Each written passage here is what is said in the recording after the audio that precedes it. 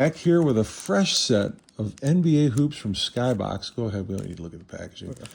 These are from the 94-95 season, and I have my son-in-law, Miguel, here, opening the cards with me. We're going to take a look at these.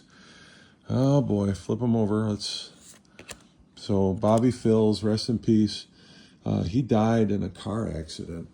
And he went to Pete Newell's Big Man's camp in Hawaii. Even though he's a guard, he was driving a Porsche outside the practice facility and lost control of the car, and that was it. So keep it on the track, folks. If you've got a fast car, there's lots of great racetracks all over the country.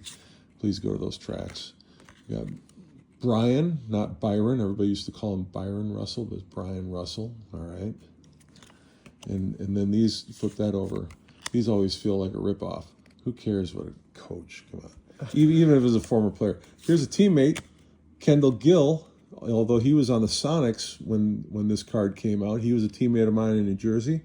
And I remember he gave me a ride one time, I think maybe to an arena or something like that, in a Hummer H1. That was a vehicle that he drove at the time. And I remember not fitting in it well at all. Okay.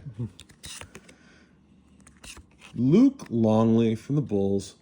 And I think I mentioned this in another video. He got to be good friends with Larry Krystkowiak. I think Larry named one of his sons Luke after Luke Longley. Good dude out of New Mexico. Played basketball in college, okay? Eddie Johnson. Don't have a lot to share on Eddie Johnson, but he was always a solid player throughout his time in the league. Okay, keep going. B.J. Armstrong played for the Iowa Hawkeyes. Man, they had some good teams with Dr. Tom Davis back in the day. And solid player for the Bucks, looks like, or for the Bulls, looks like he was playing against the Bucks there. All right.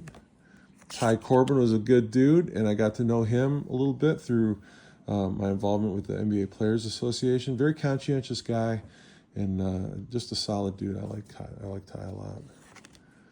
Greg Graham was a teammate of mine in Seattle, and there's a famous video.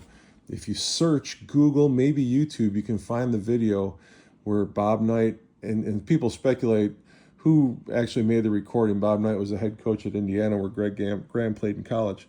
Some people think Lawrence Frank recorded secretly, because Lawrence Frank, who was a GM of the Clippers and was a head coach in the league for a while, started out as a manager for Bobby Knight.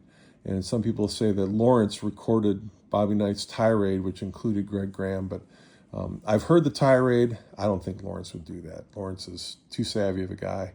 But somebody in the inner circle in Indiana basketball recorded that, and it's worth a listen to get a peek inside what some college coaches sound like. Okay, what's next?